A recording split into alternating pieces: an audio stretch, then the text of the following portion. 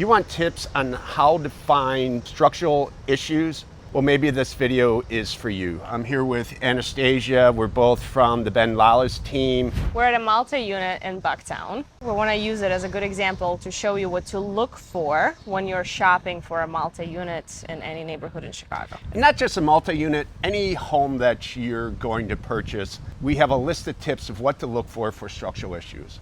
So for me, the first thing I'm looking for when I pull up on a building and I notice it's a framed building and it's older than 50 years, I'm getting across the street and I'm looking to see whether this property has a lien anywhere.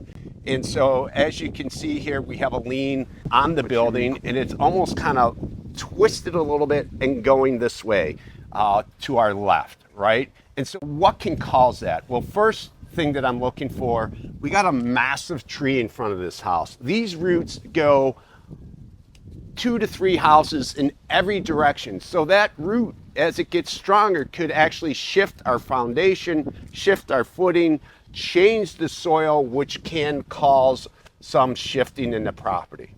The other thing that I'm looking for when I see this shift when I'm outside is, are there any drain issues? Where is the runoff water from the house draining to and where is it going?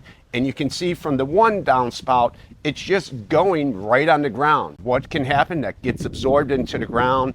It can compact the soil. Water can compact soil, gravel, ground, clay, sand, and then that can shift underneath the footing, underneath the foundation, and cause some of that shift. All right, let's go inside and check out some more stuff. Okay guys, we're inside one of the units right now, and we're gonna have Mark point out some of the issues that he's looking for, some of the things that he's paying attention when looking at those properties, right? This unit is a duplex up unit. We're gonna see a lot when we go up, but on this level, Mark, what are you looking for when you get into a property? So when I enter, after I've seen the lien, now I'm gonna start looking for, I wanna see, are the floors level, if they're sloping? I want to see if the window framing, if there's a shift, right? Is there a shift? Is it out of square?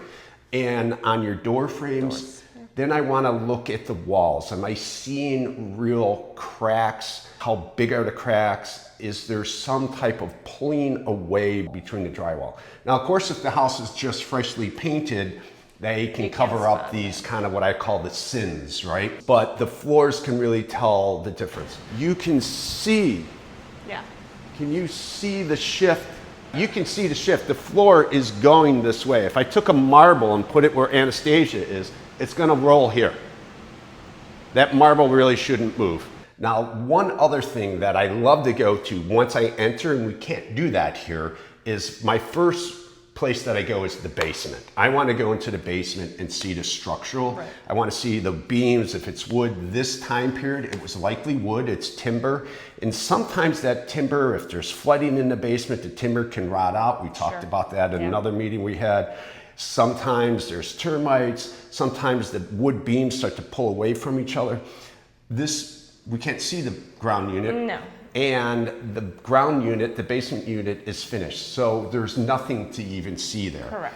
So we are going to be looking at this duplex up, as you talked about, because it kind of has that domino effect. If it's shifting down here, you'll see the dramatic effect upstairs. So let's go upstairs and check out some of these things. Sure. As I walk up the stairs, I feel that shift. Look at the ground level, look at the floor. We have a shift there, and then we have a shift all the way over here. Where Anastasia is at is kind of our high point of the room. Totally. It pitches there, it pitches here, and it pitches there. It shouldn't pitch like that at all. When you're looking for something like that, there are, I don't want Mark to get you all scared, because sometimes it's just poor workmanship, right? Sometimes they may just do the framing bad, whoever did it didn't know how to do it properly, and it might be just that. But sometimes it can be something more.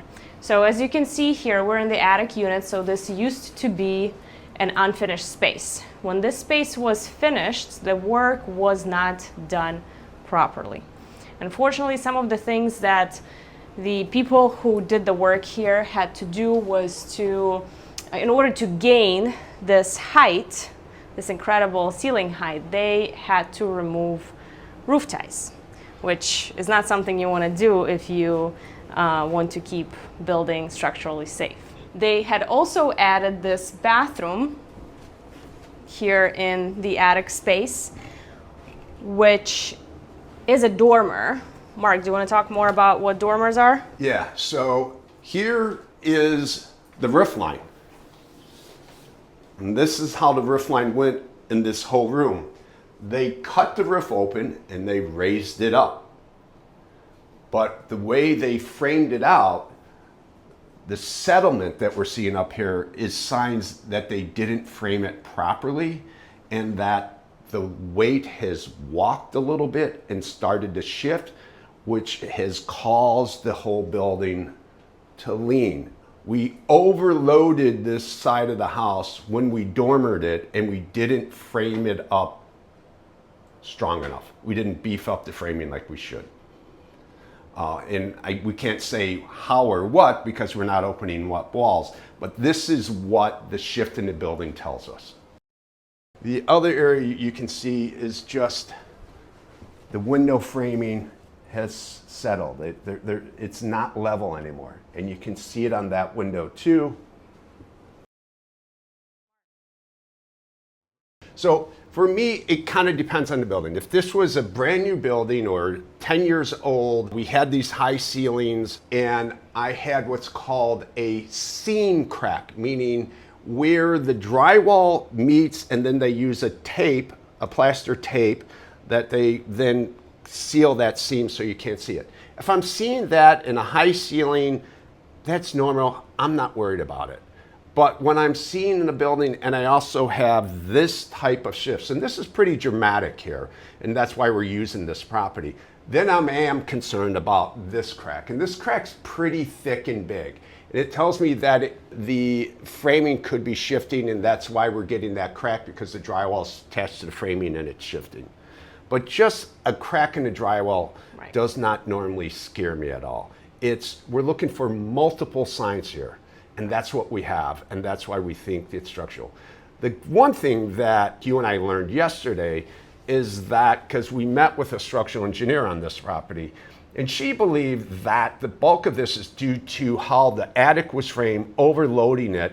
She also thought that the ground has since stabilized. So she doesn't think it's moving further, but this building's not up to code. It should be framed out properly if you really want to maintain and keep this as a true investment.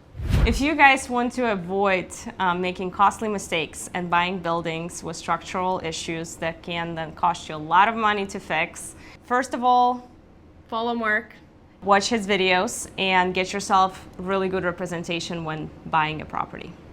And follow Anastasia. We do this together. And I'll be honest with you, we had the conversation with your client, and I felt horrible for him. Because what did he have? You didn't sell him it. No. I didn't sell him it. No. And these issues were there. So he had poor representation. Don't have this happen to you.